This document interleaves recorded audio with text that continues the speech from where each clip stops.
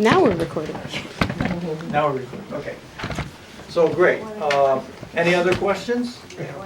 Yeah, I'm a science person, I'm a pharmacist, so Yeah. the science aspect of the Bible has always fascinated me, and, you know, my opinion has always been that I've heard a lot of different pastors say, the Bible is not a science book, you know, it's not meant to be a science textbook. Well, in my opinion, there's a whole lot of science in there. Mhm. And that's one of the biggest, and maybe it's because of just the friends that I have, but it's one of the biggest points of contention, it seems to be, the people who refuse to believe in God and the Bible. They use science, just the word science, as their reason Yes. to, you know, and that just is supposed to just totally expunge every argument that you may have. So that's kind of that's what I would like to Great. get out of it. Great. Yep. Is How do you talk to those, exactly. How do you talk to those people? Yes, how do Yeah. you talk to them, counter arguments for the common Sure. points that they have. So Great. anything like that is what I would like to see. Okay, That's thank where you. mathematics comes in. Yes. Ed. I just want to follow up on what she said.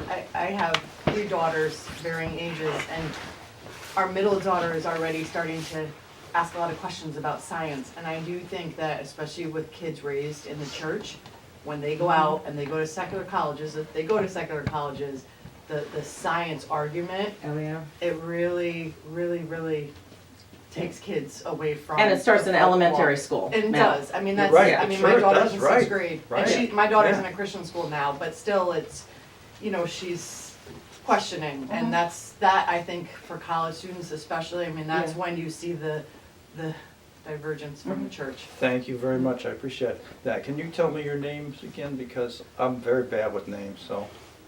I'm Dawn. Dawn, Ron's wife, right? Yes. Yes. I'm Jennifer Slade. Jennifer Slade, thank you.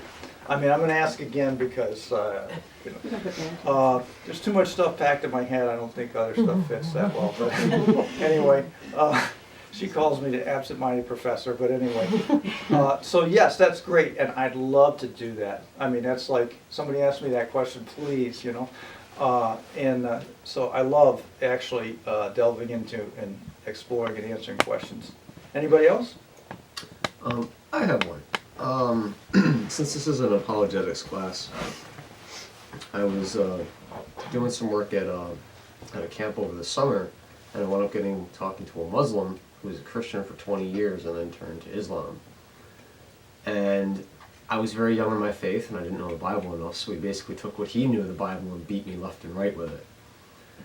And only now I actually found the verses that I could have used to defend that. But it's like, are you going to go over for this? Because Muslims, they are growing greatly in number every day. Sure, we can go over that. We Can can go go over over as well. some comparative religion. So I didn't put that in, but, you know, like I said, we got 5, and I've kind of planned 3.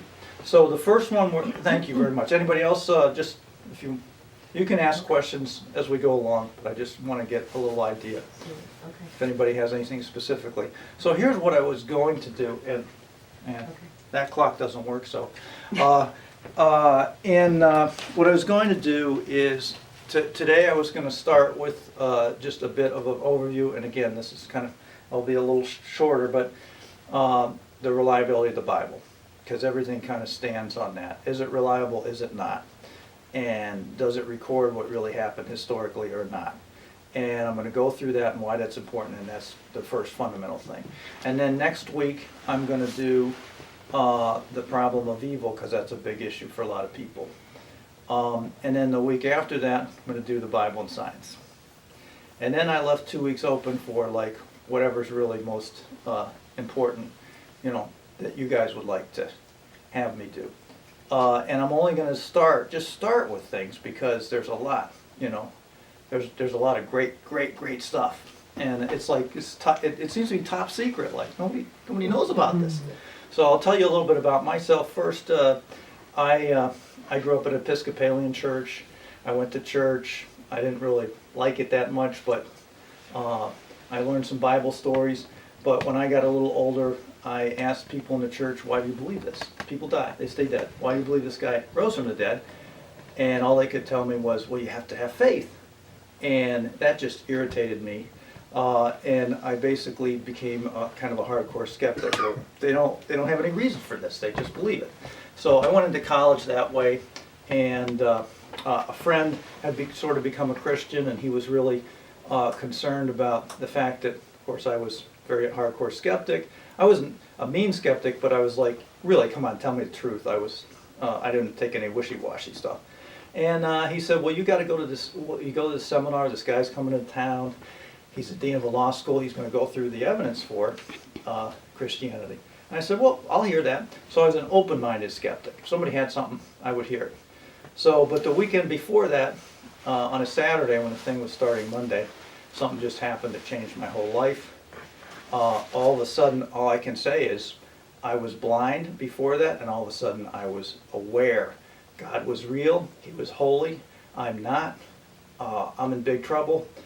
God, I repent. I need you. Will you come into my life? I want you to take charge of my life. That's all. I can't really totally explain it. But maybe it was because I was open-minded, maybe because, I don't know what. But I was ready when I went in. I didn't know hardly anything.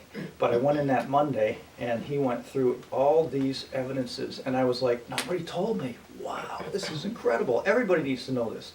So pretty much the rest of my life had been kind of, I want to find out everything I can, and I want to be able to tell other people. And it changed everything. And I'm not going to go into that, but it changed everything about my thinking and the orientation of my life. So, I'm going to start by saying, so what is apologetics? Apologetics, there's a Greek word, comes from apologia, which meant to present a case, to defend a case. So if you were accused in a Roman court, you would have to defend yourself. Didn't really have a lawyer, you'd have to defend yourself. And that was called the apologetic, the apologia, marshaling evidence and facts as to why you didn't do this crime. So that's what apologetics means, is to make a case, really, for something. So why do we do apologetics? There's two reasons. But the first reason is if I tell somebody, hey, this is true, the burden of proof is on me. It's really to demonstrate that it's true. There's many, many claims out there. People are claiming all kinds of things. And it's easy to make a claim. But the burden to demonstrate it is really on the person making the claim, not the other person to say, well, let me demonstrate that that's not true. So I take the burden on myself to, if somebody asks a question, why do you believe that? Then I'm going to, okay, that's legitimate. I'm going to show you why. Would you like to know? So, but apologetics is really, we have as Christians this commission to tell people about the good news. First, the bad news, that we're all broken, we're sinners. We're lost, we're in desperate need, and then the good news that God really has made a way for us to reconcile to Him by sending His Son, dying on the cross. So what we have is, basically, hopefully this will work, a door, and behind it is salvation, right? And we want to get the non-Christian up to the door. Do you want this gift, and make a decision to go through the door or not. Unfortunately, there's a lot of people in the world, and there's rocks in the way, all kinds of obstacles, so they're not even getting to the door. They're like, well, that's I don't know, that doesn't make any sense. I got this problem.